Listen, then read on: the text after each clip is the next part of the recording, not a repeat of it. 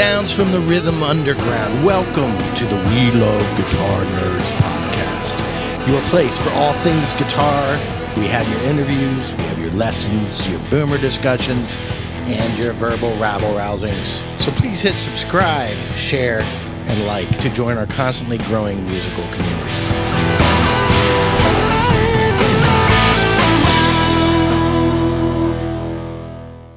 We love guitar nerds. This is going to be fun. Ajay Shughart, Shuggy. So thanks for calling this. And I was just telling AJ he's the youngest guitar player I ever interviewed. So we're gonna get some cool insight on I want to hear your story. I know some of your story. I'm a part of some of your story. I want to hear your story, but I want to talk music with you. And I want to talk where you're going, but you're kind of like my you keep me grounded in all things current. Like we'll talk. So your story started like musically. Where did it start with you? I mean, I feel like a lot of it was forms of entertainment. I mean, really, if we go way back, I mean, it was like I have very faint memories, like my mom driving me to work when I was maybe like 4 to 6 years old. Had on like BB King and Clapton records. Okay. I can't try to think of the year.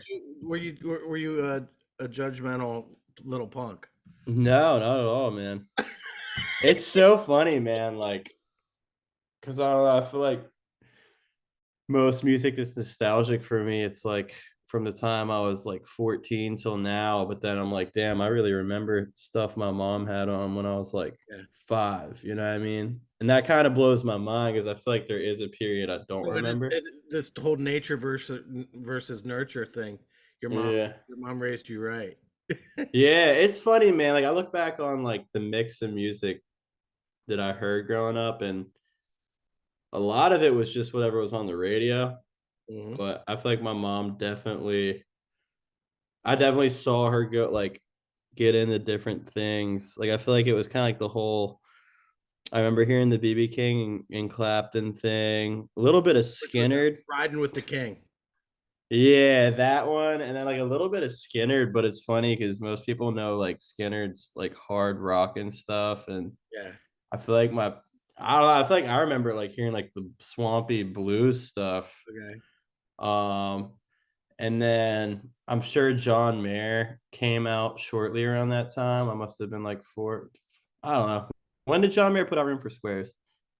Like 2003, 2002, maybe 1, maybe 2. But yeah, like I just feel like I really remember John Mayer. So you were like 3 years old. John Mayer was Room for Squares. Maybe I was 4, 5. I don't know. Yeah. I was born in 97. Yeah. Okay. And Room for Squares was probably 2001.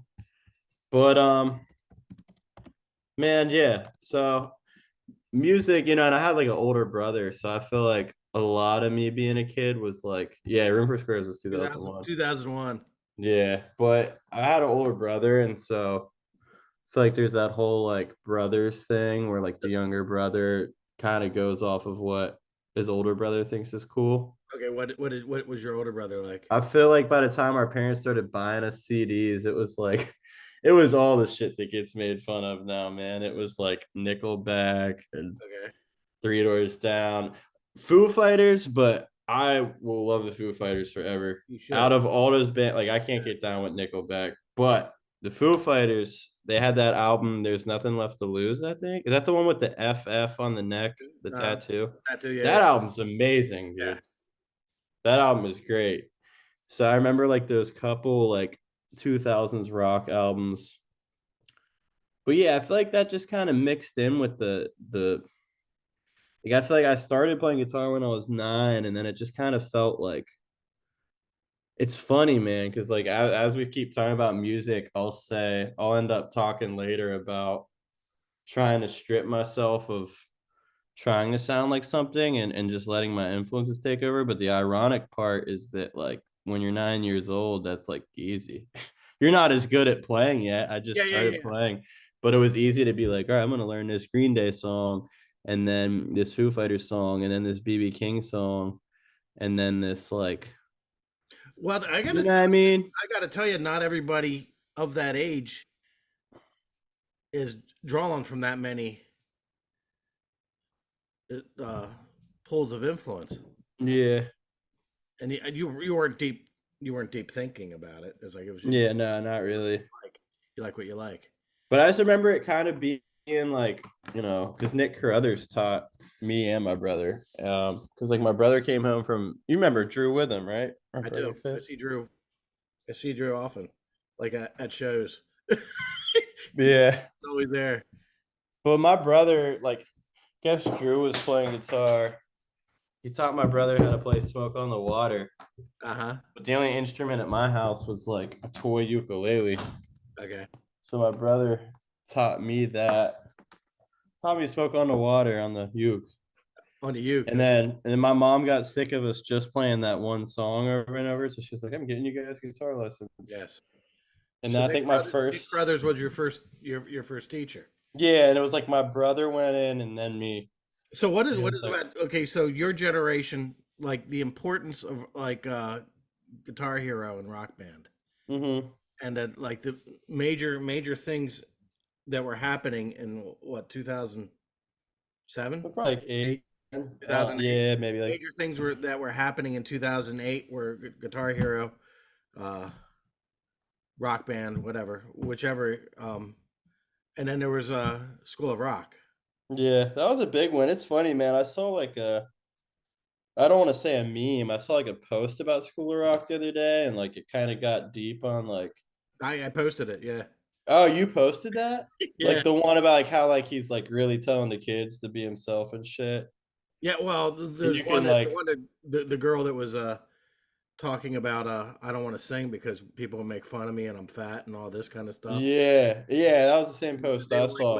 they don't like women or whatever. She had all this self doubt going on. And Yeah, the funny thing about music, as you know, it doesn't matter what you are.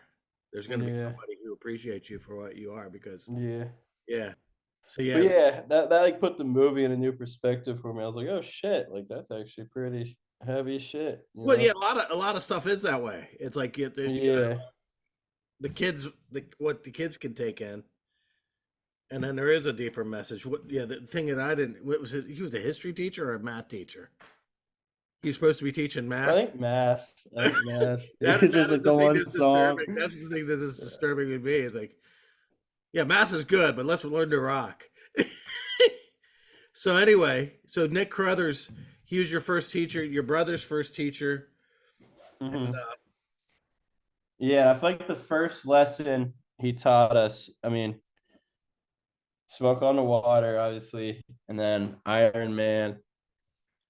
I And can't what believe you got else? into it that quickly. Well, like that's the thing. That's the funny part though, is like the first couple lessons was him teaching us like the melodies as if they were just like a single note riff. Yeah, And then it was like a month or two and he's like, so actually there's this thing called power chords. So that's how you actually play it. You know what I mean? yeah. Mhm. Like that whole thing where like we were just playing the like It was a open E bamboozle. string. Yeah, yeah. It was like playing the open E string shit. And Yeah, then him being like, oh yeah, like, yeah, there's a chord. And I was like, oh. yeah. Yeah. So you never went through the cowboy chord phase. Yeah, honestly, that's the funny part is I think like as a young guitar player, and it is actually I think the problem a lot of guitar players have going deeper into the music world is like guitar players learn everything on such a like song by song basis Hmm. that like you really have to go out of your way for it to like click as like a theoretical language. So like when I learned cowboy chords, I was probably learning like "Wish You Were Here" or some shit. Yeah, yeah, Like I don't even think I learned it from the perspective of like here's G, C, D, E minor, A minor. That's a million songs. I yeah, think it was like, oh, we're learning how to play this Pink Floyd song.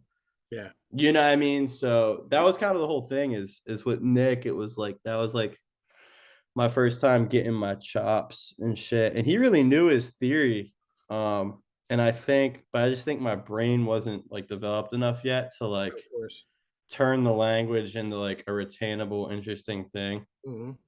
Um, and then that's like when I went to Beth Trez for like a jazz workshop. and she just heard me ripping all these blues licks. But then I went to play with the other kids. She was like, "Let's play in C," and I was like, "I don't even know what a C is." Yeah. Like I literally didn't know like what a C chord was. Yeah. So then she had me like doing these theory lessons, and it's really funny because I remember the first couple lessons, it feeling like, yeah, I guess I would have been in middle school, and it felt like school in the sense of like, in middle school you're Oh probably yeah, yeah. just I I like I have I have students that are naturally have been naturally gifted, but they can't play in key. They can't play in time. yeah, There's things that they can't do, but the parenting thinks that their kid's the next Stevie Ray Vaughan. yeah, So Stevie Ray Vaughan knew how to play in key. yeah. Yeah, Stevie But Ray it Vaughan. was interesting, man. Like them first couple theory lessons, like I feel like I wasn't retaining anything, Okay. and then over time, it was just like theory made sense. Yes. I don't know, man. It's weird. Like, You need to be able to play in key if you want to solo. yeah, yeah, Yeah, it's not just a lick at a time, and it's not just solo over one song. uh You huh, gotta do it. Yeah. So it's like the practical music and the theoretical music at yeah, some point meet. That yeah, you want to play the practical music, you have to kind of understand some of the theory. yeah. I think it's really weird, man, because like people who are like new to music, who are like around my age, but like just now wanting to pick it up, like that's always like the main shit they're asking is like, I don't know how to explain it. Like they're kind of be asking like, so like, do I really dive into the theory thing, or do I just like learn to develop my ear really well? And I'm like, when the knowledge and like practice of both intersect, that's like when you're like a musician's musician. Yes. Yeah. You know what I mean? Theory does not replace ear training.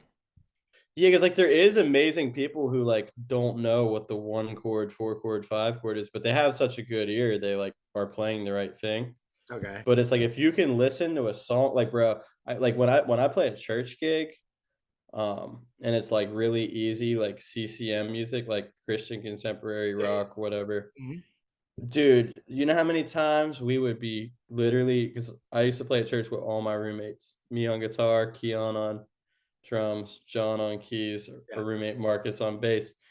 We would be riding the church in the morning with songs we were supposed to be practicing a whole week. Yeah. And I would literally sit there and write down, like we just listen to the song and I'd be like, well, I would write like 1 4 6 5 Numbering system. chorus 5. And then as soon as I got to my instrument, I'd play one note to figure out what key it was in. And then be like, oh, it's in G. So the four is like, then You're I applied that. starting out That actually, the numbering that's system. that, yeah, that's that Nashville shit. Yeah. That, yeah, yeah, yeah. I remember that. Yeah. It's funny. That's what I did on these church gigs. I was like, I don't want to sit and play Christian contemporary rock in my bedroom to practice on a Wednesday. I'm just gonna listen to it on the way to service. Yeah. Like, but that numbering stuff, man, like you just hear and that's what I'm saying is like, that's why I think the best way to train your ear is hand in hand with theory. Agreed. Because like if you don't understand the key and what chords apply to what key, So you're you literally, got into like the whole soloing and like right away with Nick. yeah, I mean, he taught me the pentatonic scale, and then we just have these little like blues.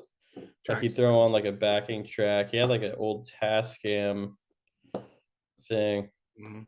I'm sure I don't even really remember what it looks like, but I just remember him playing the backing track, and Back in the day, that's the way we did it.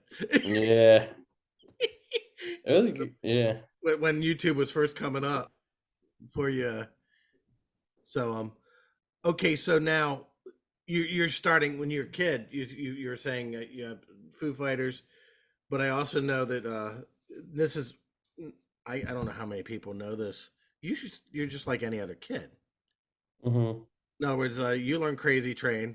Yeah. There's an infamous video of you playing Crazy Train and letting your dog in Hmm. that your mom shares every Yeah. comes up in her memories. Yeah. It's funny about Crazy Train too, man, because I was taking lessons with Eric then. Yeah. And Really? like his Because teaching you look young style. then. I was like, I think that's probably right when I started with him, and I was so fixated on learning it note for note, and like I remember it kind of like breaking my spirit that like I like learned the whole song except for like it's like a different fill every time it's Yeah. about to go to the Yeah. ba-da-da. Like I think I couldn't learn like the last fill Okay. or like the second half of the solo or something. I just like gave up. Like it Yeah. was like I've not learned the solo to Crazy Train to this day. mhm. And he and I was of the right age to accept Randy Rhoads. He 14 years old when he died. Yeah, So yeah. he changed he did change my life, but it's like made me want to be doing this stuff. So Mhm. he broke your spirit.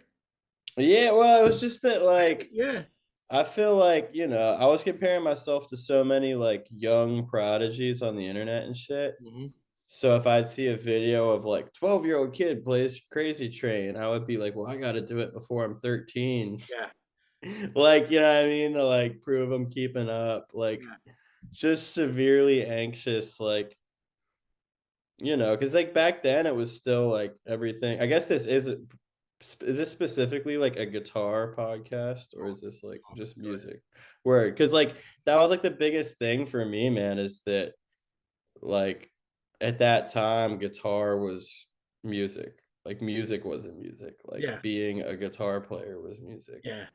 Of You course. know, the thing I criticize every guitar player I gig with now Yeah. of, because that was like a revelation that just happened throughout, many years You was learn other instruments and you hear things from the whole, yeah. and it's like that. And you do you have dabbled, and sometimes more than dabbled with Hmm. instruments. So so you're when did you start playing with people? I would say probably it was a mix because I feel like I probably started playing with people at the Trez music thing when I was like 12. But everybody was like younger than me. Well, everybody was like the same age as me, and not everybody was like probably as passionate about music. Some people were. But then when I really started playing with people on some like real world stuff was like definitely when I met like Chubb, and I Okay. think I went to an open mic in Carlisle at this spot called Courthouse Commons. Okay. The guy who ran it was Rick LeBlanc.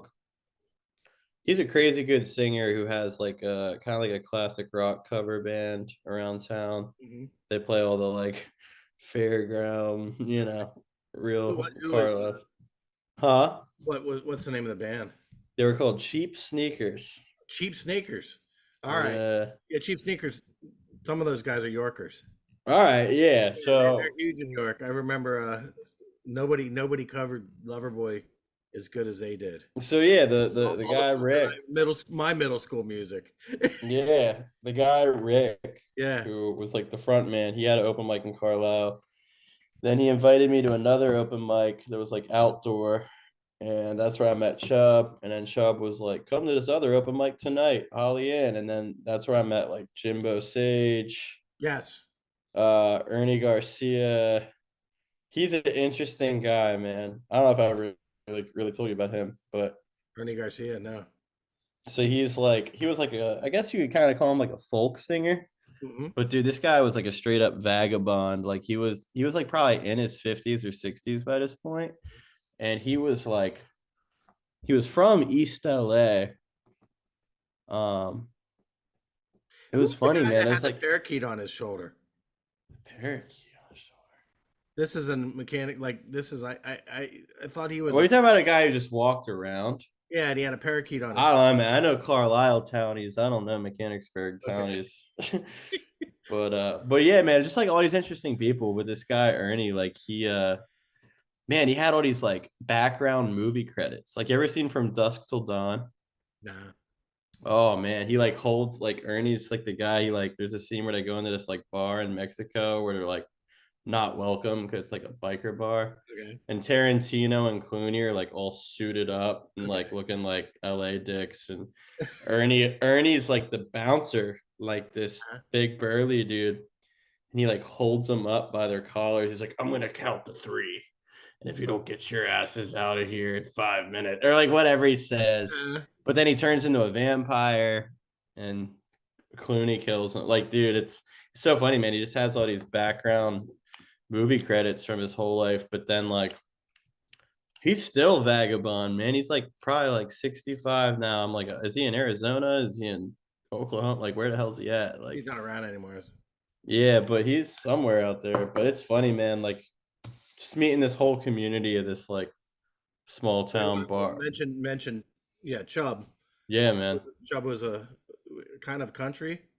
Yeah, for sure. I would say country. Like, it's funny, man, because I feel like some of his songs are straight up outlaw country. Like he had a song called "It's a Sin" that's just verses of like I'm doing all these drugs and can't get it together, and but it's like a party song. Okay. But then he has songs that you could call straight up gospel. Like he literally has songs that are you would think are like an old Appalachian hymnal or something. Right. You know, like he has a song called "Old Stone Church." He has a song called "What Would I Do." Mm-hmm. Like all these like, you know, songs about God that like you would think the same person who wrote like "I'll Fly Away." Yeah. Or like "Will the Circle Be Unbroken?" Like, yeah. He started late in life. Yeah, and that probably was why his songs had so much depth. Yeah. You didn't hear his 13-year-old ramblings. Yeah. Yeah. So okay, so Chubb, okay, you started getting into the like kind of the blues kind of thing. The first things everybody told me about AJ is he's a blues guy. Mm-hmm. And that was back, I don't know, 2012. Yeah, probably 2012. It's like you started playing blues. Mm-hmm. Like who was you had BB King was your guy. Who did you? BB King. It's funny, man. It's like who the hell were my main people, man? I mean, the funny part is I called myself like Mr. Blue, like, you know, I thought I was like Mr. Blues, but in reality, a lot of what I actually was listening to was like Hendrix and like the Blues Doors. Yeah, exactly. I was actually listening to like 60s rock and roll that was which was influenced by blues. all blues based, yes. But Which, to be fair, Stevie Ray Vaughan was doing a lot of the same thing. oh yeah, for sure. I definitely listened to Stevie. I'm trying to think of like what real blues cats I was really like. I mean, I listened to a little bit of Albert Collins, and it was kind of a lot of it, man, was that somebody I would go to the blues jam in Harrisburg every Thursday night. Yeah.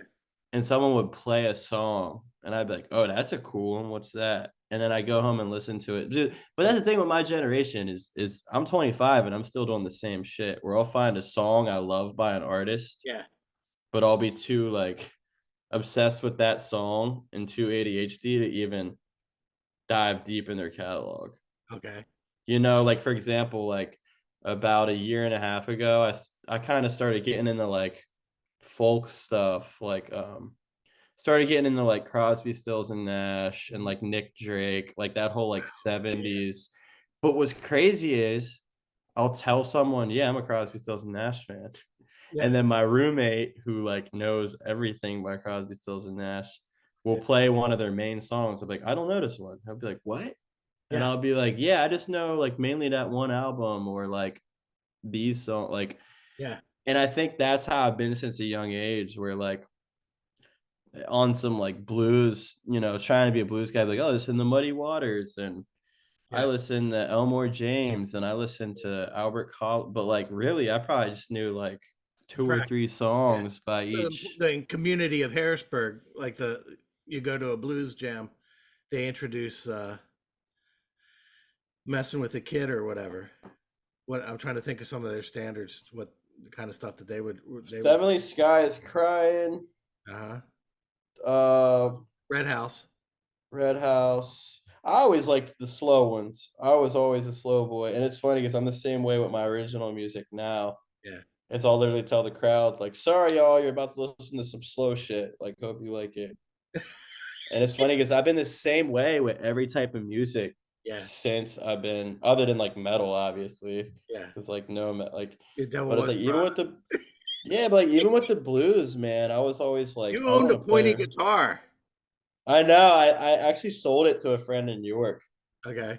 That's the funny part. Who's the guy in New York? Travis, I met him through my friend Ian, Okay. who's from York. Okay. But yeah, he actually traded me the BC Rich for a Plumes overdrive. Okay. You know about Plumes? They have like three different settings on them. I don't. It's a nice little overdrive, man, because it has like the jazzy, dark, like Schofield one, and then it has like the brighter, like tube screamer. Yeah. Yeah, it's a nice little pedal. So how long did that last? Like 6 months? What's that? Your metal phase? Oh, longer. It was weird because I feel like a big part of it was that it definitely lasted longer than that. It was more that the biggest part of it was that I was playing all of that shit at home to like really practice my chops. Hmm. But like I was kind of too young to be for my parents to like want me to be going to metal clubs Yeah. and being in metal bands. That's the So it was whole like thing. my playing out was still like blues and jazz, Yeah, yeah, yeah. That's the you whole thing know. about when you start getting into music and you're a guitar player. It's like, and I'm drawing from lots of stuff, but do I want to be hanging out at 2 o'clock in the morning at a metal bar? I Probably. kind of do now. That's the funny part. Yeah, I don't. Really? And That's I funny, don't think I man. ever did. Like after high school, it was cool. And well, it depends on who it is. Yeah. But every week, that's not my scene. Yeah. I don't know that I have a scene. Yeah, I don't think I I do don't either. one scene. I don't. In other words, they're bands I absolutely love, but to be in a band that does that every weekend, and Oh yeah. that I can't. Yeah, no, that would be wild. Yeah. So all right, now, so what about? Let's talk a little bit about what we did at the Perfect Fifth. So you got Rhythm Hmm. in Maine before the Perfect Fifth, correct? I think so. Yeah, yeah, we definitely did because I remember I like brought Greg in to Hmm. Perfect Fifth because we Yeah. already had a band. Uh huh. So that was Rhythm on Main was essentially all like a couple of kids I met at Trez. Beth Trez Music. Mechanicsburg, And it's PA. right. And it's funny, man, because like I've always, and so funny, man, to talk about things in my music journey because, and then realize I'm the same way when I'm 25 years old. Hmm. Um, I've always had that whole thing where like I like make too much of like a separation of styles for myself Hmm. and can't just make it all one thing. Yeah. And so I had a situation where like, all right, so we had a jazz quartet, right? That was me, TJ Hummel on drums, Greg Gavazzi on bass, and our friend Kevin Carlson on trumpet. Yeah. And I was like, this is the jazz four piece. But then when Kevin wasn't there on trumpet, I forget if someone else was in his place or if it was just a trio. It might have just been a trio, but it was like, oh, this is I know like my the sister rock. sat in too, right? What's up? Did she? Yeah, Katie, yeah. Yeah.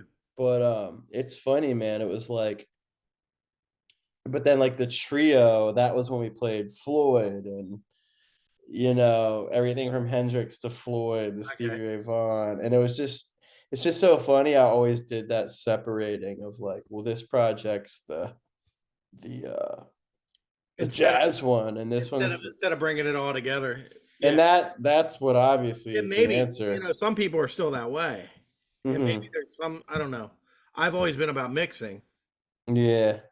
but I think we did end up doing it, and that's when I actually felt like it was like the sound I wanted. when you start Because mixing, I think I like tried to write like a reggae song or something. And I was like, this would be sick with a trumpet solo. yeah.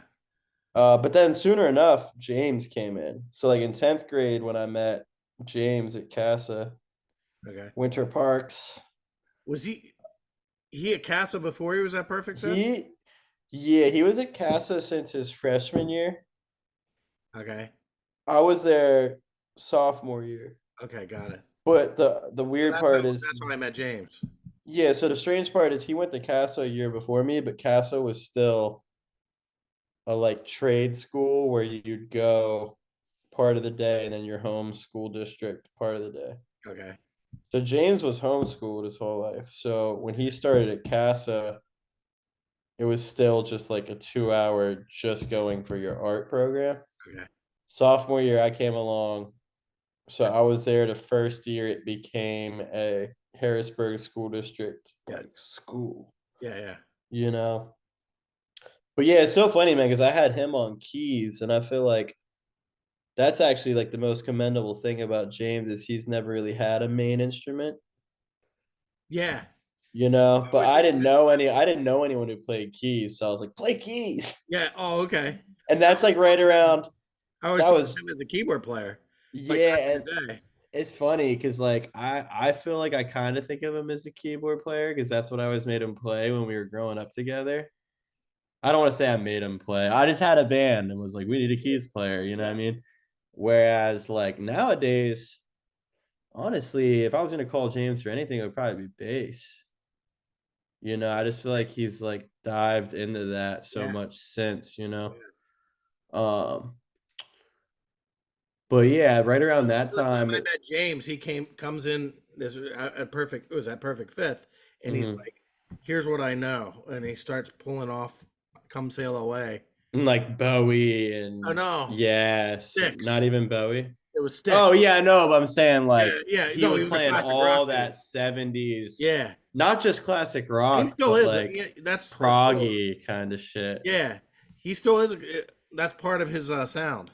His Yeah. thing is like a lot of and um a lot of actually your generation. Not James is kind of like a weirdo in the best sort of way, in that he Hmm. knows more about David Bowie than Yeah. anybody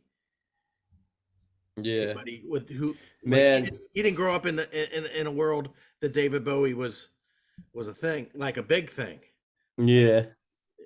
In other words, it's all historic when James found it. Hmm. He didn't care. It's funny, man, because like I think the biggest thing James had a head start on, like more than me or anyone else from listening to that kind of music, was he always was thinking about vocal harmonies. Mhm. Cause like bro, like when I was getting into the hip hop R&B thing, I had this whole thing where like it's all about the instrumentation and then like recording vocals I thought of just as like somebody sings it. But it's like James was always like, let's put a harmony in there or whatever. And like So when you were my playing jazz, mind, did you get elitist with it? um, I guess not really. Did you ever go through an elitist phase with jazz? I feel like even if I did, I wouldn't admit it because I think I'm like not an elite jazz musician at all. So Yeah. like I don't even No, ever you know want what to I mean. think. It's like I used to play that. I used to play. Yeah, I feel like I was never really an elitist because I was always deep down insecure that I wasn't playing jazz well enough. Yeah. So I feel like I was never necessarily an elitist. And Yeah. like I think the biggest reason I like never did get crazy good at jazz is just because I don't think I listened to enough jazz records. Hmm. You know what I mean? Like I Well, got good at it's a I lifetime got pursuit.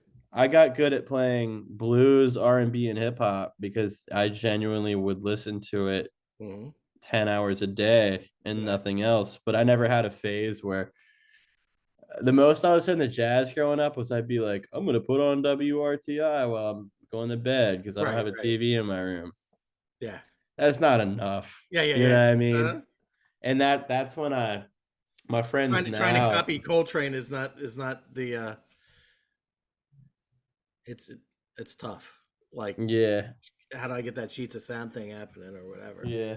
Because But like I feel like as much as I hate to admit it, man, like straight ahead jazz to me, still, unless I'm particularly really into an artist, um, it's like it just sounds like jazz mhm. rather than sounding like exactly who's playing it and knowing their sound. Like you can tell Coltrane in a fucking second. Yeah.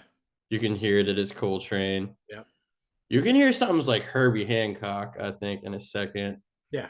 Or like Miles. Yeah. Like the main cats like have such a sound. Um, but I definitely feel ignorant when I'm around people who like really study That's their all they shit. do. That's all Like they like do. like Keon knows the fuck out of jazz. He'll hear a drummer playing. He'll be like, "Oh, that's Max probably Roach. Max Roach. Max Roach or Ray." Was Ray Brown a drummer? Ray Brown's a bass player. You failed me. Oh my See what I'm god. saying, man? Like, Oh. yeah. I hope this doesn't all get on the air, It man. Fuck. will. Oh, It's funny. No, Ray that's Brown. what I'm saying, though, Now man. you now Is you know though. Now you go back and listen to Ray Brown's a wonderful. but that's what I'm saying, man. Is that Yeah. like I was always so bad at pinpointing We actually played who was playing and diving into to jazz in that way, because jazz is the style of music I feel like is most about each individual player. Mm-hmm. Whereas like I've always been, like within the R&B world, I know some facts about like who played on what, but usually it's like the artist's song and everyone's supporting the Or artist's backup song. musicians. Where it's like when Coltrane would do a record, it's like each person who was on each record made it part of the shit. Mm-hmm. Yeah. My favorite record by John Coltrane is actually Ballads. All right. And who I want to say it's Oscar Peterson on keys. McCoy Tyner. Oh my fucking god, it's McCoy. See, I'm disgusting, man. That's what I'm saying. It's like 80s hair metal and jazz. You quiz me. Oh my god, dude. I can't. I mean, you went to Berkeley. But that's what I'm saying, man, is like I definitely still owe it to the culture, I think, to like learn this shit, because I'm well aware these people were like some of the greatest musicians that ever lived, but Yeah, it's just I don't have the here's a history. question for you. Now, what do you think? Just the mere exposure to the music, how has that changed you? What do you mean? How has To it changed? what? How has it shaped the Jazz? way you think? Yeah. I Has it mean, I changed feel you? it definitely Okay, because one has. of I my think things is you don't have to master something in order to benefit from it. no, I agree with that Yeah. wholeheartedly. Yeah. I agree with that wholeheartedly. I think what it comes from is that, all right, so I'll explain a couple different things going on in my mind. Is that jazz has affected me in the sense that going to jazz school for even just 1 year, and honestly, I won't even really credit the programs that much. It's more that I was like willing to throw myself in the shedding for like 5 hours a day, because I didn't even do that shit in high school. You know what I mean? Just my freshman year of college, I would learn a standard. Like my bass teacher would tell me, like learn the melody to Stella, learn to walk it, practice Okay, so soloing over it. we just skipped something pretty important. Mm-hmm. You went to UArts. UArts in Philly after high school. Yep. Okay, so you went as a bass player. Yeah. Okay, so this is a thing. Mm-hmm. We didn't know you were a bass player. Right. Yeah. in a storyline. So it's because like, yeah, so like I guess I started playing bass. I might have already known you right when I started playing bass. I remember at first you were like, "You're not a bass player." All right. You maybe only said that for like a week, and then you Well, encouraged it. not in other words, at first you sound like a guitar player playing bass. Right. Yeah. Yeah. Yeah. Yeah. And Which it's funny. I remember James even telling me that too. well, it was It temporary. happens because Yeah. I remember And I when I played Use Me, and I imposed my when I played Use my Me, I James played Jamerson the will on you, and you're like, I ain't having this. yeah. Yeah, if anybody has a video of me playing Use Me on bass and just Yes. doubling the guitar or the keys lick or whatever, Yeah. the main I'll you can find me $20. There's But there's worse. but yeah, I feel like, bass playing came around. I feel like because like we had the perfect fifth going. Greg was in with us, with me and Billy. Yes. But I feel You like had the as band at the perfect fifth. That was a major thing. yeah, and I feel like what Because why happened was it a is major thing? I mean, that's where like everybody my age is from our area that's still doing this shit met. Yeah. I mean, bro, That's how I met you, but I'm not even. Yeah. Billy. Yeah. But the other thing is, yeah, the All Star band there. Mm-hmm. And in the All Star band, at a certain point, you were the bass player. And that's the thing is that's what I was And, gonna say is like I think what happened is like as we went deeper into high school, like Greg was more of like a smartsy kid who, like yeah. was taking up some pretty deep Yeah. shit, like some real academic intense stuff. And Yeah. I think the further he got from music, I think I was like, well, I'll hop on bass. Yeah. And Well, I feel like I just he had left. He had left way before that. yeah. But yeah, it's like I just kind of started playing for Billy on bass and I don't know, man, something about it clicked. And then the reason I went to college for it is because like it was way easier to get scholarship money. Yeah. Because like the guitar player line's always like around the fucking block. Yeah. And they literally needed bass players, Yeah. you know? Yeah. Yeah. But yeah, like school, it was like here's like my tangent about jazz, right? And I'm gonna relate it to me and then relate it to the world. Hmm. My tangent about jazz, I don't mean to get I'm gonna end up getting semi-political here, so sorry everybody. But thing with jazz is like I went to UArts for a year, right? And was taught how to play jazz standards in the sense of, and I shedded my ass off by myself. And so I learned how to play solo through the changes like a motherfucker. You know what I mean? Like Hmm. I learned how to know all the shapes, look at the chords, and be like, I'm gonna play all this chromatic, nice shit within the chords, arpeggios, everything that's theoretically jazz. Where I fucked up was I was associating being a good jazz musician with how much you can like rip the changes and stuff, Yeah. and barely ever actually played jazz with other people in like an experienced full band setting. So, And so what it happened was kind of like you were doing the backing tracks. You're practicing your back. exactly? And so what happened to me was my experience with every other kind of music till this day, as much as I know theory, like I'll say I'm good at it because I've done it with the cats. Yes. Blues. I grew up playing in the blues clubs where I was like, here's the key, here's the form, let's rip, let's play to each other. Rock, I did that. Uh, Church, I did that. You know what I mean? Like gospel churches, I did that. Um, R&B, I done that. Neo soul, but jazz. When at the time I went hard on being a jazz cat was by myself playing the backing tracks. Okay. And so that's why Did I you don't have really opportunities to play with? I did, but I think when I got to play with other people, I wanted to play other shit. Okay. And I think that's all it was. And I think that's why I like won't call myself a jazz musician. And Yeah. like people who don't know anything about jazz will hear me play guitar solos or bass and Yeah. they hear the jazz influence. They hear that I'm Yeah. playing the chords. They hear that I'm not doing a lot of bends. I'm doing a lot of like chromatic things. Hmm. But to me, I'm like, what I'm doing is more like 70s it's more of like a Here's the I thing. I hear it in my head more as like a Larry Carlton, Right. like George Benson kind of thing, more than like a Pat Martino Yeah. or Yeah. like Well, the Grant other part of Green, this, you like what you like.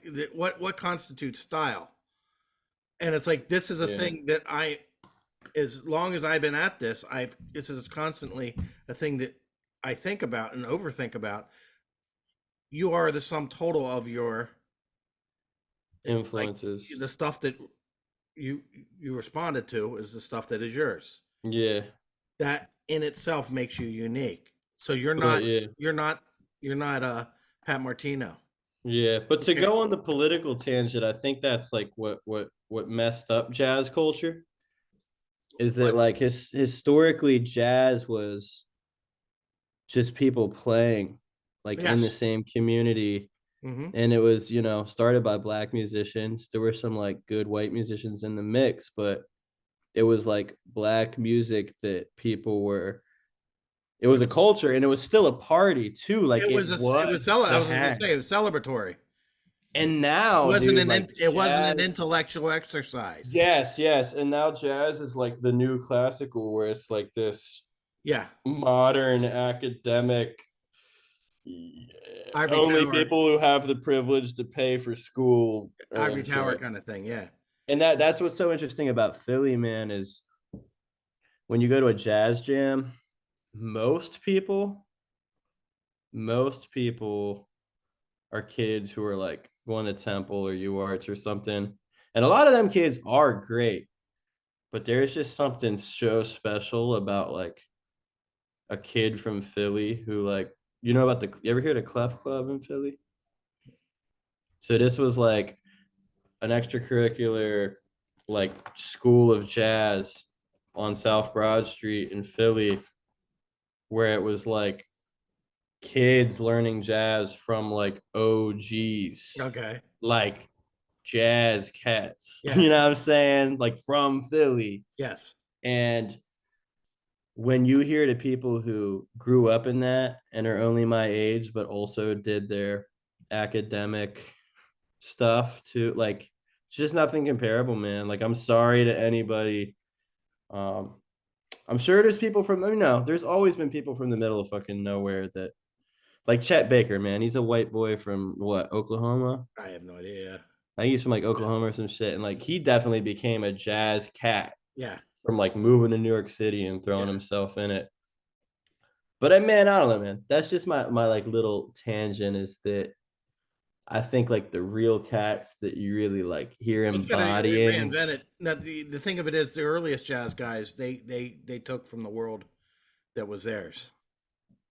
When I say Yeah, exactly, man. And when you in the 40s, in the 40s, yeah. you were listening to stuff that was in the 40s, and you weren't necessarily like Charlie Parker. One of his favorite artists was Hank Williams. All right, that's wild. I never knew that. Okay, so he wasn't none of this. I hate everything that isn't jazz. Now, some of his band members questioned him on his A stage. lot of time, a lot of it too, people weren't even calling it jazz. Yeah, well, yeah, early It at was first. just music that they were playing. Yeah, which is why I was asking you, what do you call your music? I just probably not. Yeah. So anyway, yeah. So Charlie Parker says, listen to the words.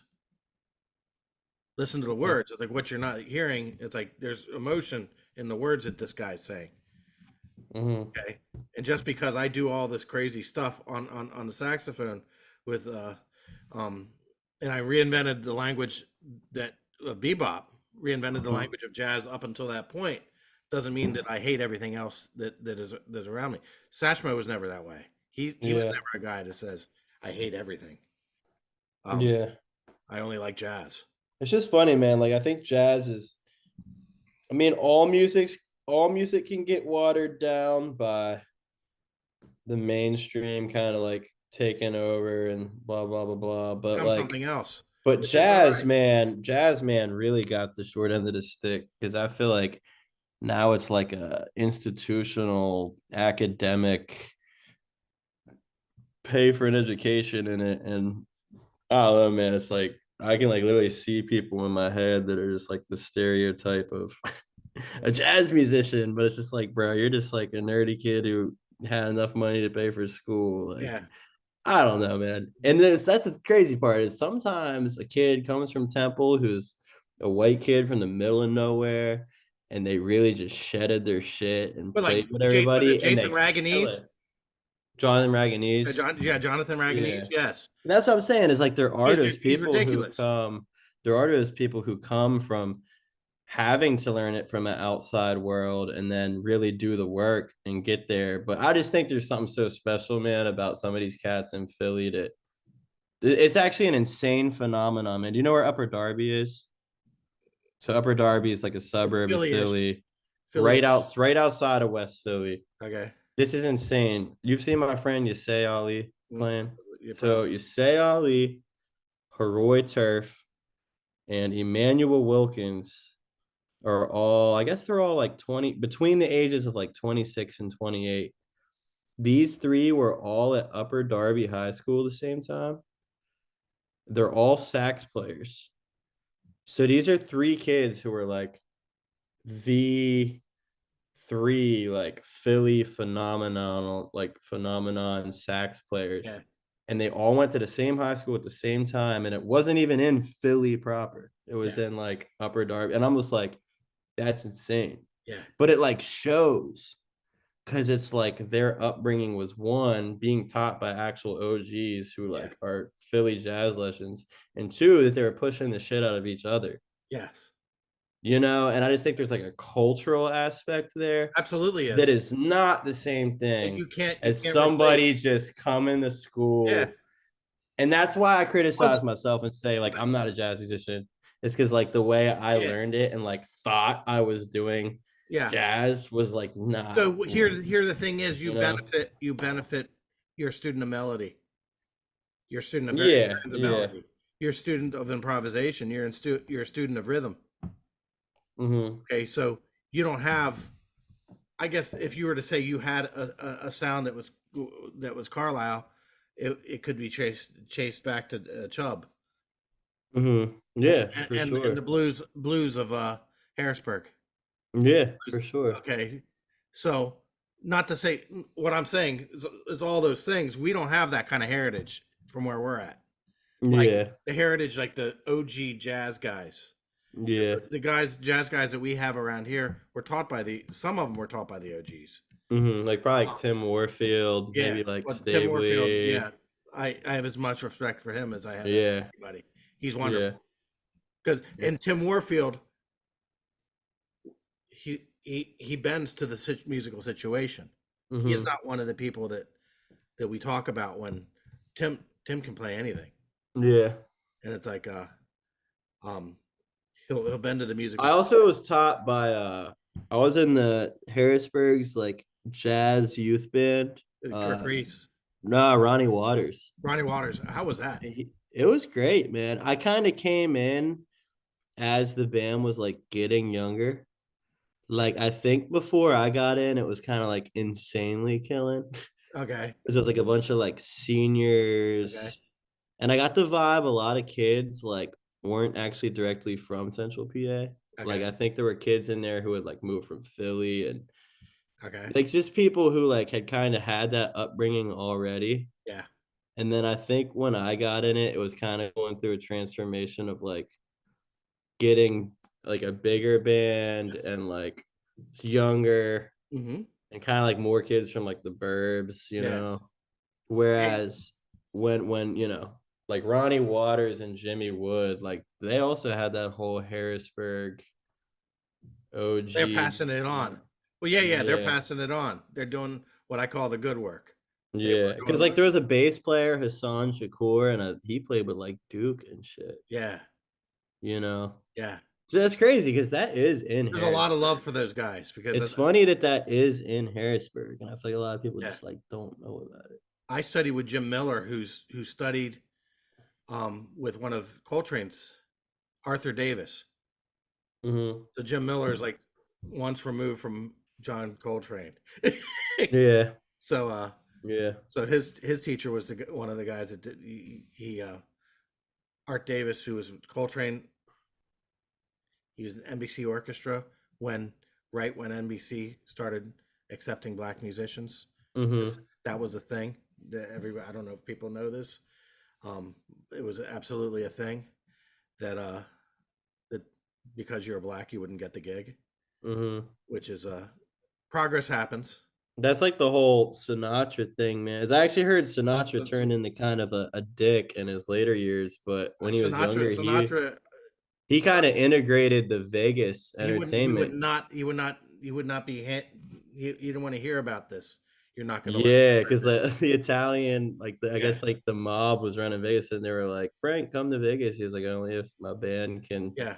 stay at Sammy the Davis same Jr. hotel." Sammy Davis Jr. couldn't Yeah, go see Sinatra, then he wouldn't play the yeah, place anymore. yep, You're going to let yeah. No, man. everybody in. And it's funny is I actually heard Frank got less like that as he got older. Yeah, I don't I know. think some spiteful like JFK pissed him off, and then he like didn't want to be a progressive. And I don't know. Yeah, Maybe I don't know. I've like yeah. only heard little stories, but yeah. So you're hip hop Mm-hmm. when you're 15 years old. Uh-huh. Blues becomes a lesser of a thing. Mm-hmm. And then it's like for kind of you went. I don't even want to say a phase because it's probably still a deep part of Yeah. where you came from. Yeah, for sure. Yeah. So you thought of your music was hip hop. Yeah, I was definitely trying to be hip hop. I mean, it was, Yeah. in its own way. You're good. Yeah. I think what it was, man, is that I was like, I loved hip hop for like a year or two. Um, Super 90s, stuff that was beats. And I thought I loved it, but I thought it had nothing to do with live instrumentation. And then when I discovered the roots, and also at the same time, my friends in Carlisle formed a band called the Madmen. Yeah. And they were like my age now. Like they were like between 23 and like 30. I'm 25. I was probably like 15. Yeah. Yeah, I was 15, I guess. And it's crazy because they were kind of like Mike they were Denver. kind of like any funky jazzy improv band where like they were just like a little 5 piece that would play everything from like Sissy Strut to Watermelon Man, all those like standard jam songs. Groove Jones. Mercy Mercy Me, or Hmm. wait, no, Mercy Mercy Mercy, Mercy. Yeah. not the Marvin one, the Yeah. instrumental one. But then Jamar Tyler, who's from Gettysburg, and I didn't even realize at the time he was older than them. Um, so Okay. Jamar was probably already like in his like early to mid 30s. But I just remember going to see them in Shippensburg. They're jamming, and Jamar just hopped up, started like doing a verse. I just remember being fucking mind blown, bro. Yeah. Like literally riding in the back of my. I remember riding in the back of the car with my parents home after that show, and like literally just like the light bulb turned on, like the gears were literally spinning. Like, wait, I want to make music like that. Like I was like, I Yes. don't want to do this blues shit or this jazz shit. I was like, I want to mix that with people rapping and Yeah. yeah. Funny thing is, I wish I could do that. What do you mean? I wish I could freestyle. Yeah, I do. I I actually wish probably could more back you then could. than now. Yeah, yeah. I'm saying you went through a phase where you could absolutely do it. Hmm. You could absolutely do it. Um, but I think if you had the ability to freestyle, if you had the ability to put your thoughts together quickly enough that you can, That's the thing though, is that like this. That's the thing though, is there's definitely a hierarchy of like I could freestyle to a point of like I already knew some words that I could like rhyme if I couldn't think of shit. yeah, well, yeah, And I licks. think I think when you really see people, man, I've seen people like really go for it, and I'm just like, what the hell? Who? I don't even think it's an actual freestyle, but do you ever seen the video of Black Thought from the Roots rapping for like he raps like 11 minutes, and it's definitely written. I think it's way too put together that he didn't write the whole thing first, but it's like this 11-minute verse. Okay. It's like insane. Like I don't even know how to explain it, and I feel like Who do you think the best freestylists are? I don't know, man. As much as I'm not a fan of him as an artist like that, like honestly, Eminem's pretty insane. Of Like I course, know that's like the go-to, like it doesn't Eminem, matter. and like I yeah, think he is. nah, he's crazy. I think Biggie was Okay. Biggie. There was like videos of Biggie like battling in his like neighborhood as like a 20-year-old, and it's just like, damn, Biggie could definitely freestyle. Yeah. I don't really know. That's the thing is like nowadays, man, and it's kind of maybe even since the 90s, it's been a thing where like rappers name a song something freestyle. Then they're not even trying to act like it's really a freestyle because like obviously not. It's more so it's like a I don't even want to talk like I like completely understand it, but like there's like a thing rappers will do on an album where they just call something freestyle, Yeah. and it more so means like it's a song that has less of a form, but it's definitely written. Like they're Yeah. not actually freestyle, but I think it kind of loosely became a term to be like this is more of like an interlude, Yes. me like getting some bars off than it is Yes. like a song. Yes. Um, yeah. Yeah. So it's like it is. I what we were talking about as far as also as a cultural thing, the reason I part of the reason I can't freestyle is I haven't listened to it. I didn't grow up with it. Yeah, I I mean don't that's the thing, man. Is I'm an I say internet listen to it. kid. I have listened to it, Yeah, but I have not listened to it. yeah. No, I feel you. Yeah. My taste with hip hop changed so much over time too. Like what kind of hip hop I'm listening to, Hmm. and also, you know, yeah, man, it's like a huge world at this point. Like there's so many sub niches of the rap world right now. Okay. It's insane. But I'm definitely kind of picky. Well, yeah, yeah. Um, You always were but I though. think that's the producer in me though, Yeah. is like for example, like a lot of my favorite rappers, like I love their music, but it's funny. A part of me is just like I think the producers have more of their own brand now. Hmm. Where like the producer, The Alchemist, No. uh, he's like a Jewish dude from LA. Okay. And like, bro, I mean, he's been a producer since the 90s. Like, he made Okay. tracks for like Mob Deep, Okay. everything, like some Little Wayne shit. Like, he's made beats for everybody, Yeah. but he's probably in his 40s now. And just within like the past 6 years, he's kind of like branded. He'll make a whole album with one rapper, Okay. and he's done this with tons of rappers now, and he'll put it out on his own label, do his own artwork, Hmm. his own music videos. Yes. Like he's kind of being like a renaissance man, Of course. and like building this brand around like it's this rapper with The Alchemist. Yes. And it's fucking awesome, man. And Yeah. a lot of it's like really street. Where the producer becomes a star as well. Yeah, and a lot of it's like really street rap. Like a lot of it is it's funny, man. I try not to be a hypocrite because I don't listen to like a lot of the trap stuff that's about drugs and whatever. But Which is interesting. ironically though, all the rappers I listen to that are in this sound I like, they're like definitely like drug dealer rappers. Like it's like, but they're like in their 40s. Okay. It's so funny because like they're coming from a place of like I think it's just a different vibe because a lot of this like trap and like drill rap that it's like people who are like younger than me. Like these are like 17 to 21-year-olds, whereas who are already made like a one hit and popped off. And like that's like a new lifestyle for them. Yeah. Whereas the rappers I listen to, they rap about a lot of like street life shit. Hmm. The reason it's like more, I don't know, I guess the reason it has more appeal to me is because they're really telling a story of like they lived that life till they were like in their late 30s. Okay. And it's like It is real life.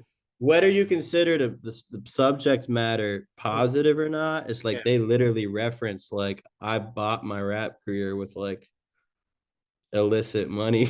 Yeah. You know what I mean? And it's kind of just crazy for it to be told that way. And also a lot of them are from overlooked cities in music. And I think that's the appeal of it. Like Freddie Gibbs is from like Gary, Indiana, which Okay. is like Michael Jackson's hometown. It's Yep. like right under Chicago. Right. Um, West Side Gun has a whole label that's all Buffalo rappers. Okay. And Alchemist is kind of like built crafting a sound with these guys that's becoming like its whole Hmm. own genre of rap where like a lot of the beats he's not even like adding drums to the sample. He's Yeah. just finding these crazy samples that already have drums in it, Yeah. like these deep cut 60s, 70s Which is the soundtracks. best stuff. Like a Mm-hmm. lot of like historically, like when Paul's Boutique, all the different stuff that goes into all the stuff that they were the Beastie Boys were sampling. Mm-hmm. If you ever checked out what they were sampling, that's a music education in itself. It's funny, man. Like, it's funny how I like have found so much vintage music through what sampled it. and a lot of times end up liking the original sample more. Um, the ironic part is sometimes I hear a song sampling something I already know and I actually turn it off. Like, cause it's funny because like coming up getting into hip hop, it was like I knew all the hip hop songs before the samples. Okay, yeah, yeah, yeah. Because I didn't do like my 70s, 60s deep cuts yet. Yeah, yeah. But now that I know a lot of that shit just from like Spotify and being around like hipsters that are my friends. And Mhm. now sometimes when I hear someone sample the shit, I'm like, it's Yeah. not that I think it's like bad or like disrespectful to the sample. It's just more like, bro, like I like the I real already I like know I like that. I Like like I I already like where it came from. like I'm crazy into this 70s artist from Brazil, Arthur Veracai. Uh-huh. Um, and he put out this album while like Brazil was under a regime and shit. I don't necessarily know the full history, but Brazil wasn't doing too hot. Hmm. And so through that like struggle, Brazil was going through this like deeply existential period in music Hmm. where the artists were like really trying to write about the state of the world, you know. And so there's all these like beautiful albums from the 70s in Yeah. Brazil. But this one, Arthur Veracai, it didn't get recognized till like the mid 2000s. So Yeah. like this came out in 77 and this guy waited like 30 or 40 years to get his flowers. Yeah. Okay. And it's funny because now he's still kicking. He's like in his 70s and he's doing like he's getting featured as like a string arranger and shit on all Okay. these like young hip guys. Yeah. Like he's kind of like had this like rebirth in the music world. But it's so funny, man, because I fell so in love with that album from actually discovering like a vintage gem on my own. Yes. But You then, like, bro, I'll hear it in a beat, like I'll hear it and I'll just be like, damn, bro, like they fucking stole Arthur Veracai shit. Like you know what I mean? It's so yeah. funny because when I Who's the guy? discover Who is the guy who they had a documentary of him? He was a '60s dude, late '60s, and he is huge over in Africa. I don't know. Yeah, there's a. I'll figure it out and put it in the description here. But that's something Mhm. to see. That's something to see. It was a documentary on the guy's life that back in the day he couldn't get it together in America, and he thought his musical life was over, and he Mhm. spent 40 years working a menial labor job, only to find out in recent years that he's huge in Africa, and it's like and he's having He's a renaissance of like damn. yeah. So it's a Think he's wonderful pissed story. he didn't just know the whole time? Huh? Yeah, yeah. I said, do you think he's pissed that he like didn't know I all think that he got time? compensated. Yeah. I think they compensated. Yeah, yeah. That has to be a part of his story about the. Yeah. So Back then they didn't have Spotify analytics. yeah, yeah, He exactly. couldn't be like, oh shit, like they Yeah. love me So over there. he's Yeah. huge over in like in Africa. So what are you doing now? So What am I doing now? so you're Orion's son. I know you have you understand lots of stuff. Like all the stuff that you're into now isn't anything you studied. Like it is and it isn't. Mm-hmm. Like all the stuff that you is about you. How would you describe what you're doing now? Um, I think like musically what I'm doing now, you make my own sound. Hmm. I feel like it's really rooted in, and I preface this with the further I go, I'm actually trying to have like I'll call it a spiritual breakthrough where I don't even think about influence and I don't even try to describe Yes. my sound because I Yeah. really don't. I want to completely break genre and how I create and what I like. I don't even want to think about my influences when I create. But if I do have to describe it, I would say it came about where like, you know, by the time I dropped out of college in 2018, I was like already making a lot of beats, right? And I was going for kind of like that at the time I was really obsessed with that, like underground LA, the Stones throw label, Mm-hmm. early Anderson Paak, like Mind Design, all these like hip producers. And I was trying to make all these beats like that. Um, but like I play guitar and shit too. Like so it's kind of this mix of like this R&B, lo-fi, hip hop kind of thing.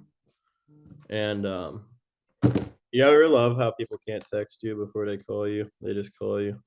But anyways, I was like really into that whole thing. Those are the kind of beats I had been making for like 2 or 3 years before I dropped out of school. So Um, you started doing the beat production, and yeah, like the beat production, but the beat production was when did that whole becoming that was like at the tail end of your high school? well at the tail end of high school. I started beat production, and it was very like either making like sample based hip hop beats or like just recording like demo guitar and bass stuff. Mm-hmm. And when I dropped out of college, that's when I feel like I really developed. I was starting to develop a sound that was like mixing instruments well with production and programming and shit. Mm-hmm. But I think what really flipped the script for me, like knowing I wanted my own sound, was that all my influences were still very R&B and hip hop. And then when I dropped out of school, James got me hip to all this like hipster shit. Like he got me hip to like Tame Impala and Mac DeMarco, Yeah. Conan Moccasin, who are these kind of like goofy, folky, white, weird hipster fools. And and I think I like recognized like, oh, I have like I knew I could sing R&B, you know Mm-hmm. what I mean? But I never want to be pigeonholed as like the white guy doing R&B. Yeah. And you kind of get that. Like I Yeah. feel like people tell me I sound like everybody from fucking Michael Franks to Bobby Caldwell to and I'm like, y'all aren't even like I don't even sound like that. It's just Yeah. like I'm just being Pigeon, told what I blue-eyed look like. soul. I hate that word. I Yeah. would rather be called yacht rock than blue eyed soul. Okay. I'd rather be called, Yeah. I love yacht rock like Okay.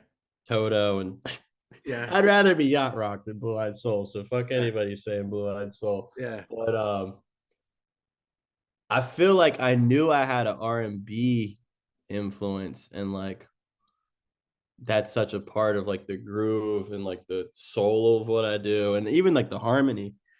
But I think discovering like Tame Impala and Mac DeMarco made me geek out on like sound design. Mm-hmm. And like that say that's like the biggest nerdy element of my stuff. Mm-hmm. Because I wanted to make, and it's just still pretty much where my sound's at. I'm just trying to break down the barriers of thinking about it too much. But I'd say it's like where like indie, psychedelic, synthy, sound designy, experimental recording genres meets soul music Yeah. or R&B music, you know? So part of it is like production, Yeah. like on your DAW. Yeah, and Part, I'm trying to get way less MIDI sounds and sample based. And I'm trying to really like and then you throw in either record real drums or use samples that are like the old drum machines that are yeah. like the whole like there's a whole sound in my opinion of like that Mm-hmm. um 70s drum machine thing. Like I think of like Sly and the Family Stone Mm-hmm. when he started being like self-produced, like the little like Casio drums or the Rhythm King, Yeah, yeah, the yeah, yeah, yeah. Maestro. Uh-huh. And so I either program samples that Family are Affair. What was that thing in a? yeah, that's a Maestro. Yeah, okay. And so I either program samples that are like respecting the drum machine as like an instrument because that's the thing is like if we're going like back to like authentic instrumentation, it's like each drum machine, I see each vintage drum machine as like an instrument. Okay. So it's kind of like if you're using those sounds, like that's an instrument. But then if I want like real drums, like I've really kind of stopped trying to program samples to sound like real drums. Okay. Like I like want the authenticity of like Of a drum machine. real, yeah, either a drum machine or like I'm saying like a real drum kit. Okay. Um, so Now, have you mastered bedroom drum recording? like actually recording a drum kit in a Yeah. room, I wouldn't say I mastered it at all. Is it? I think it's kind of like a fuck around till you find the right sound thing. Okay. And most of the here's the thing, most of the records I'm putting out, if you hear real drums, Yeah. it's either someone else played it and recorded it at like a real studio because I just didn't want to like dick around trying to like get a perfect drum sound on my own. Yeah. Like, you know, I had like an actual engineer do it. Or or I recorded a real drum kit, but kind of like experimentally. Chop it up. Yeah, yeah. Yeah. Like that's kind of the thing. That's kind of where I'm at with the production thing. Is I'm still all about like audio manipulation, like Mm-hmm. stretching, reversing, like playing with the sounds digitally. Mm-hmm. I think there's just a level of authenticity I want with like the original sound still is a real thing that was Yes. recorded. So Yes. like I'm down to make the most experimental Yeah. Yeah. Yeah.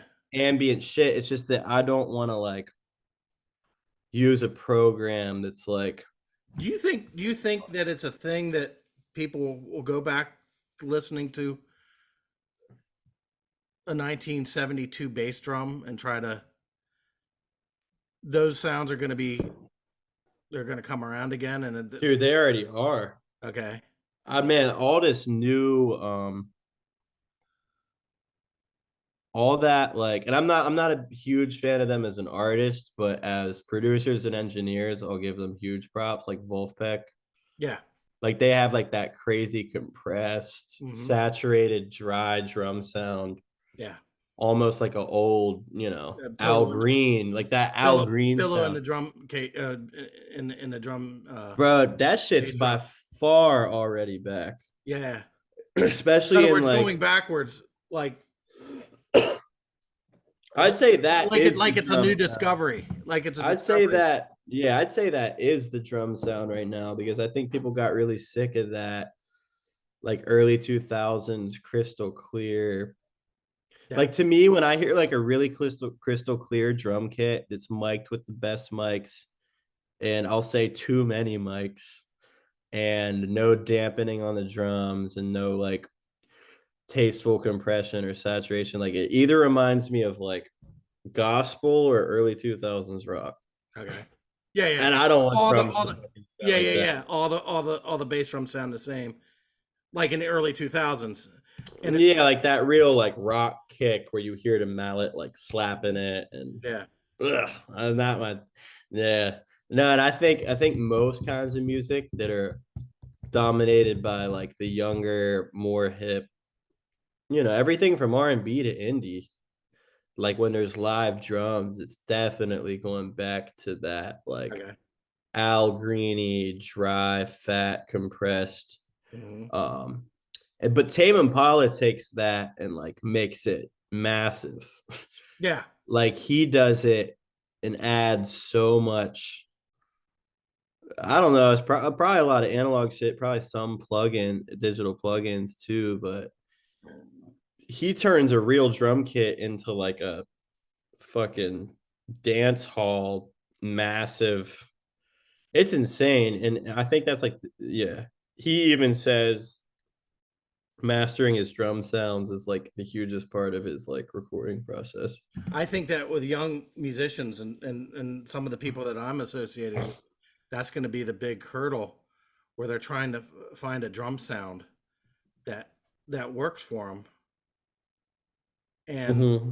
they can't or they won't go into a studio for whatever reason Yeah. because for whatever reason it's hard on their ears to hear their stuff to be normalized. Yeah.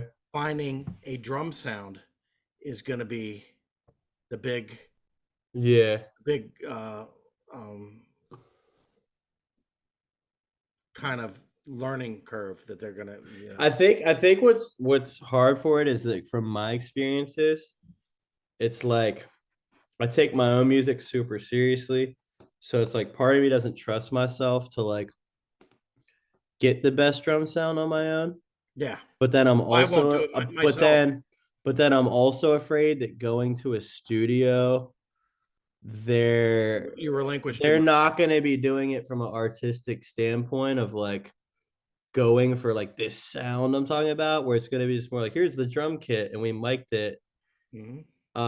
So I think you have to find your niches of like who does it right. Like my first single I put out for like my upcoming record is called Swindlers. It came out in like I guess I put it out in September.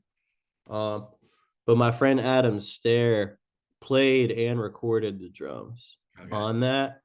And he's actually from Mechanicsburg Okay. and he's been living in Philly for like years. Man, he just has that fat, saturated, dry. He has some analog equipment that the shit runs through. Hmm. But also just towels on everything and Yeah, yeah. saturation and dude, it's like that drum sound, Vibing man. Ringo. Dude, like that drum sound is like so intoxicating to me, Yeah, and like him playing that shit, I'm just like, yeah, this is how I need to sound. yeah. Like I would actually rather, if I can't get my drums to sound like that, I would actually rather them sound like kind of janky garage rocky Okay. than like the crystal clear like Yeah, 2000s pop rock record like yeah. drums that are just like Right. the studio standard. Yeah, yeah, yeah, yeah. I don't know, man. I just think drums are a precious thing. Hmm. And I think the way they're recorded, that's the other thing about it, man, is like I always thought you could record drums and then turn them into something else. And it's like drums are very precious, like what goes But in, I think it what depends on your comes raw out. material. I think Yeah. it really does depend on your raw material. Meaning, if the drummer is hitting the drums properly, then we don't have to. When I say properly, not bashing on them. Yeah. That's kind of hard to fix. It's dude, you know what's like the most insane thing for me to watch is that so like when I lived at my old house where we actually got some pretty good drums. The music, um, the first single Tuck put out this year is called Into the Deep. Hmm. Those drums were recorded at my house and I mic'd them. And I'm actually really proud of the Hmm. drum sound we got. So that's the thing is it was always hit or miss for me. Yeah, So that's why I haven't recorded them a lot on my own. yeah, But the craziest thing is the guy I was living with there, Eric Sherman, he's a really good drummer. Um, in the sense of like taste and like playing in time. Um, but he's like a multi-instrumentalist who's okay. like mostly called as a trumpet player. Hmm. He's a great drummer. But one thing I noticed is like when we bring in like a drummer's drummer who's like a Philly drummer who's like known as Yeah, a killing go-to drummer. yeah, Thing that always amazed me was watching them record in and seeing how the waveform yeah. of each snare and kick and hi-hat hit Is was not fucking different. Like yeah, yeah. you would see That's 8 controlled. bars of the snare being the same wavelength. Yeah, And like when Eric would play, it'd be very in time and he'd play really tasteful shit, but like the snare would kind of grink, grink, grink, yeah. you know. Um, but yeah, like drummers who really were like schooled in drumming and were like the main drummers. Like it always just amazed me seeing the dynamic. Hmm. Like Yes. the verse, every snare is this tall. Yeah. And then the chorus, when it gets bigger, Yeah. everyone's that tall. And So that shit is so insane for me to watch, you know. that is one of my new things. Is like you got to get it right. That's the one thing you got to get right, and it's like it is not about playing Dream Theater. It's not about crazy drum fills. It's about getting a good Mhm. sound that you're not bashing. You're not bashing it. Yeah. But so you and Orion's son. Mhm. So you, one of the things from a person like myself, I don't understand any of what you're doing, which In what way? I respect because you bring in technology. You have all this stuff that because you grew up in a world that you grew up in that Mhm. your setup Yeah, the setup is the, definitely wild. well the setup and even the stuff you play, it's like it's it's really cool from the standpoint that I can't, like what you're saying is you don't want to be somebody else's style. Mhm. To me, and there might be, you might correct me and say, well, yeah, it is a style, and so does it on the whatever. Mhm. But Yeah. I don't hear this. I don't. In other words, it seems to be a you're grabbing from lots of different things, but Yeah. it comes together as being a unique a unique thing that that's a new generation thing Mhm. because it to me that sounds unique. Yeah. That's do you have Yeah. anything that you would say about that? I Because think I get I away didn't. with it. It's actually really funny because like I like jokingly argue with my like guitar player friends about this all the time. Where like my friend Ian, um, he has that like ambient experimental guitar thing down like Hmm. crazy, Hmm. but he uses a Helix. I mean, Okay. he owns like a pedal board too, but like when you're fucking gigging and shit, it's easier to take a Helix that's like one piece of equipment. Hmm. And he's mastered all these like ambient things Applications. he's made, Yeah. presets and stuff. Yeah. And it's really funny because like he'll make fun of me for having my like laptop on stage Yeah. with Orion's son, but I'll be like, they're both digital fucking pieces of equipment. Yeah. Yeah. Yeah. Like you have a See, computer I'm too, but coming from it's a different. I'm you coming. have a foot computer. I have a keyboard computer. Yeah, I'm coming from a different place in that. No, I would make fun of you if I thought. You know what I mean? Don't get me Yeah. wrong. You know, I Hmm. have, but I'm not. In Yeah. other words, it's a completely different way of doing things. Hmm. That in the stuff you play, the sounds you get, Yeah. and it doesn't seem like it's traced. There's I don't see hear direct stuff. It seems just yeah. So are you doing any more work with her? I mean, she's in the process of putting out more music right now. Okay. So it's funny that people like always ask like, when are you going back on tour and stuff? And like, really, it's all just about like the artist's label saying like, we need another tour now that the music's out. Okay. So I feel like it's all dependent on like when music's released. Yeah. All right. I feel like no one tours anymore just to tour. So I it's mean, great. I'm trying to do that actually, Yeah. but like nowadays everything is like album by album. This tour, Yeah. this EP's tour. Yeah. So I have no clue when I'll be back out again. Yeah. I'm not even sure I'll be in the band. I mean, I Okay. think I probably will. I don't know. Yeah. I'm not But gonna take it personally if I'm not. yeah, yeah. But no, yeah. I mean, we'll probably end up back out there. So people should check that out because that is Yeah, for completely sure. I'm not sure if they either. came out yet, but they were like some. It was like hush hush, but one of the venues definitely took like actually made a like video of some of the live shows, Hmm. like the real audio and all that. I'm Yeah. gonna see if it's out yet. I actually don't think it is. But yeah, man, it's great to like. It's so funny too because yeah, it's definitely not out yet. But it's so funny because like I don't have much stage fright as a musician, Yeah. as in like I could play in front of 2,000 people and not be that worried. I have like record fright. Okay. So it's funny because we got, before it's released footage and audio of like one of our shows. Yeah. Um, and I was like, damn, I'm not making one mistake. Yeah. And I'm like, if people even told me that they were making like Yeah. Yeah. a Yeah. live video Video. of us that got published on a That, fucking music blog, I'd either make a mistake or I wouldn't make mistakes, but I'd play with like no personality. Like yeah. I would just Caution. try to robot it, Yeah. you Yeah. know?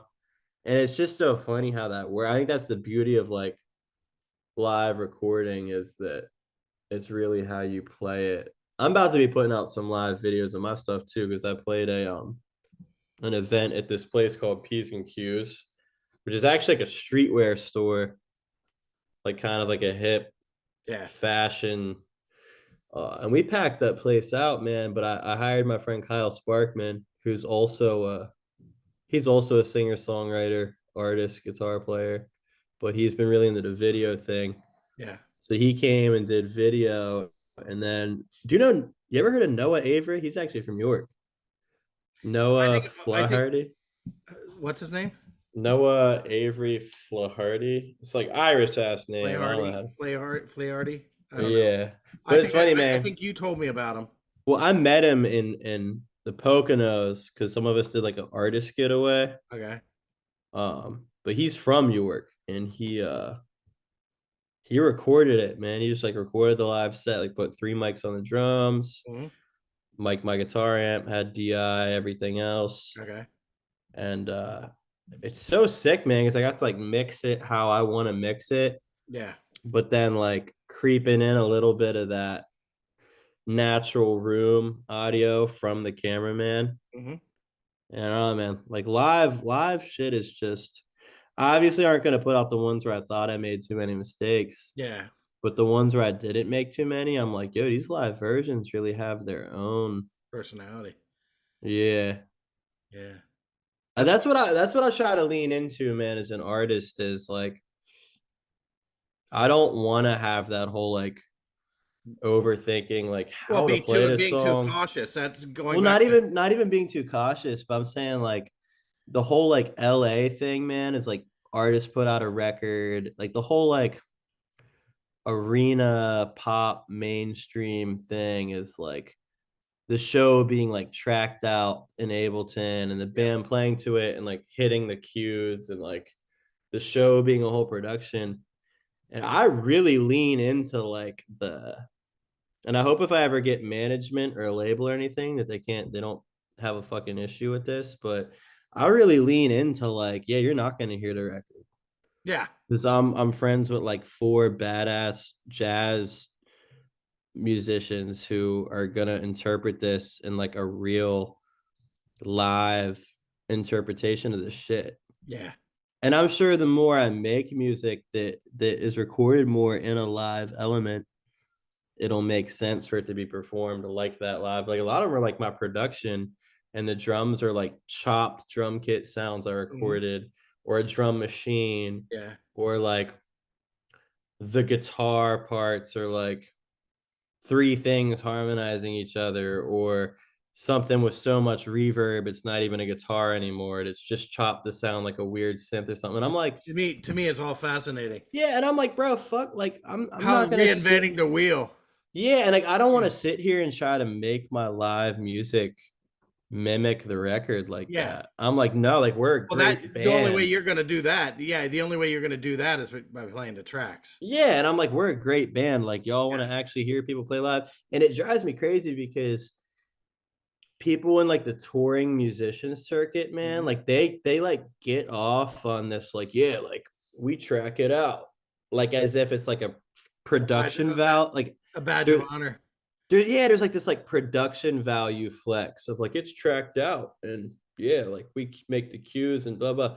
And I'm just like the only major artist I've even seen live that's like actually just been not every like I went to see Mac DeMarco and it was actually just him on a fucking guitar, another guitar player, a synth player, a bass player, and a drummer, and they just played the songs. And Nick Hakim was like that too. Like he's one of my favorite artists. Like, and I just think, man, people I don't know why people get hung up on this like production value flex of it being to tracks and Well, they're producers. In other words, they're more production than they are live musician. that, but also it's like I don't even think the production's as tasteful as studio production. It's almost more like gospel chops and like hits and like you ever seen like the Berkeley live arrangement videos where Yeah, like we remixed a Kendrick Lamar song, but right. like put all these like lines that we play in unison and like these hits, and I'm just like, I don't want to hear that shit. Yeah, I don't like that shit, yeah, man. yeah. I think It that's was it was like, perfect the way it was. yeah, dude, like Yeah, yeah, yeah. Yeah, what this needs to be is more complex this like and clever. this live production value, like masturbation. Yeah, I right. can't, man. You know what I mean? Yep, yeah, yep. It's such a ego flex. So